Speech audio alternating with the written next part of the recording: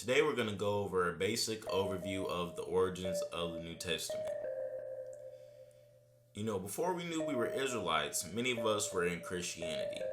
And in Christianity, we just accepted everything that came out of the pastor's mouth as being the truth and really didn't question it. Now, as we started to wake up to some of the truths in the Bible, we studied the Old Testament more. And after studying the Old Testament more, you will start to understand that there are contradictions and deception in the New Testament. And I know that this is sounding unbelievable to some of you right now, and I thought the same thing too before I started studying the Old Testament more.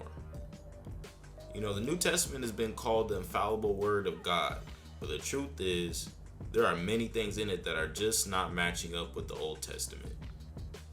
So in the future, I'll bring up various lessons, and so far I have over 90 of them, and this number is growing every week. And these lessons will talk about these contradictions and deception. But anyways, a lot of us who've seen these contradictions have tried to ignore them and make excuses for them. For example, if someone tries to show someone else these contradictions, they'll say things like, you have to have the Ruach or the Spirit to understand this spiritual aspect of the New Testament.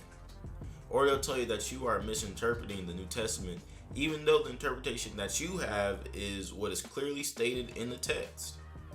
And there are verses in the New Testament that claim that they are fulfilling a prophecy in the Old Testament.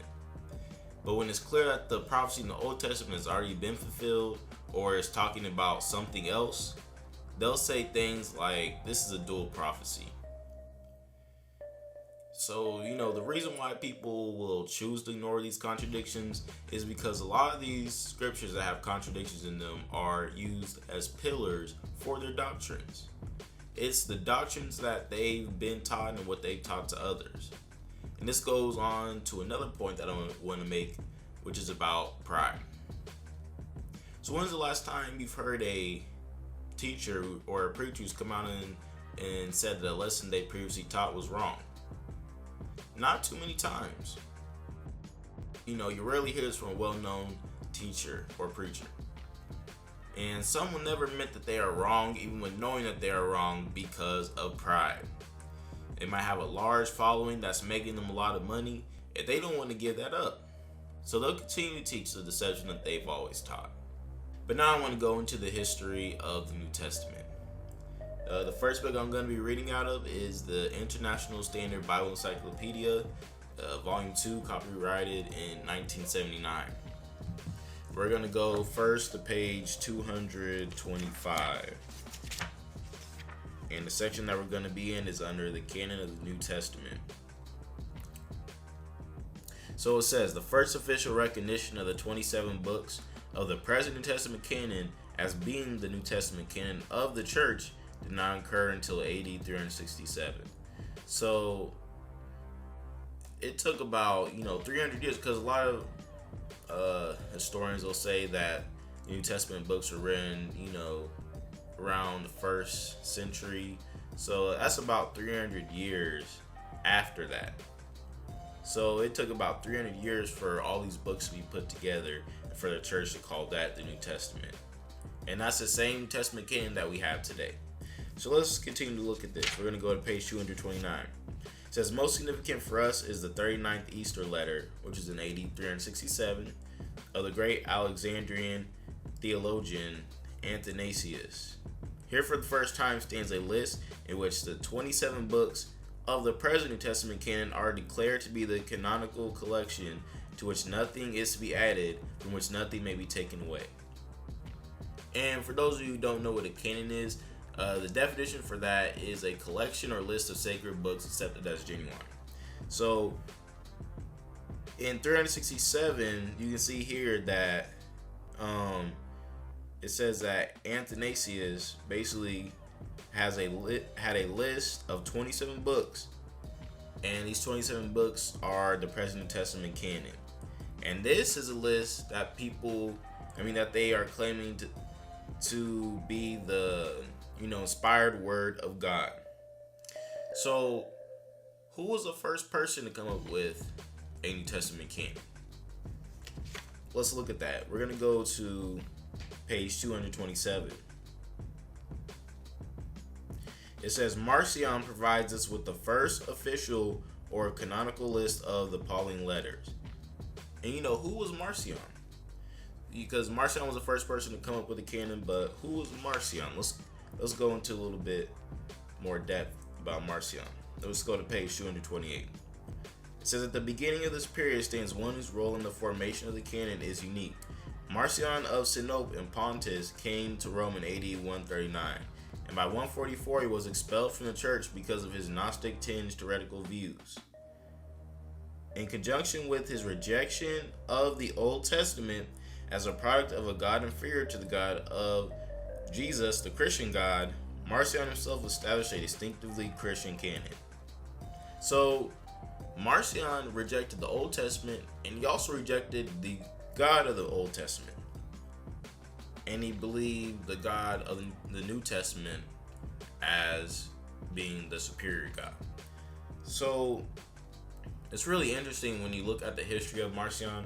Marcion actually did believe in two gods at once. But then later on, as he started, he read the New Testament and then he read the Old Testament, he started to look at the God of the Old Testament as being a more cruel God than the God of the New Testament, which is why he thought that the God of the Old Testament was inferior. And it says that let's keep reading. It says Marcion himself established a distinctively Christian canon. This is the first list or canon of exclusively Christian scriptures of which we have any knowledge. So he was the first one to come up with a New Testament canon. Of particular importance was the bipartite formal structure of this hyper-Paulinistic canon. Marcion himself designated the two parts as gospel and apostle. Luke merited inclusion in this canon, the sole gospel included, because of his association with Paul, and the apostolic section was limited to 10 Pauline epistles. Marcion purged Luke's gospel of any passages incompatible with his own doctrine. And in the apostolic section, he gave Galatians a leading position because of his anti-Judaizing thrust. So even Marcion knew that Galatians had, some verses or texts in there that went against the Israelites.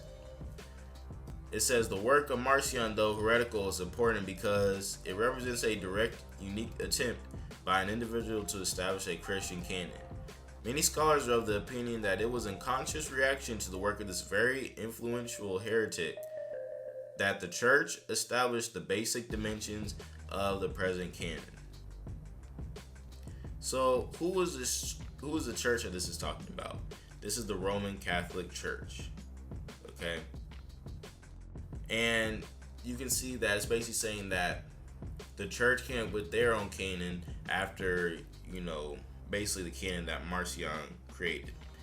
And it's interesting that they called him a heretic, but a lot of the books that he had in his canon, they had in their canon. So that was basically a basic and brief overview of the history of the New Testament. And one thing I want to ask is, why would your preacher or teacher not tell you the origins of the New Testament? It's the same reason why they won't tell you the origins of Halloween, Thanksgiving, Christmas, and Easter. Because if you show the people the true origins of these things, then they might start to recognize the corruption, see the truth, and leave the church, which would in turn make the church lose money. And most pastors aren't going to let that happen. Another thing I want to bring up is, where were the Israelites at this time during the canonization of the New Testament? We talked about a time period from about 140 to 367 AD. The Israelites were actually dispersed in Africa, fleeing from Roman persecution. So do you think the Most High would allow the Gentiles like Marcion and Athanasius and the Roman Catholic Church to deal rightfully and establish his word? Probably not. So am I suggesting that you throw away the New Testament? No, I'm not saying that. But we should test everything that's written in the New Testament with the Old Testament to see if it's the truth. Shalom.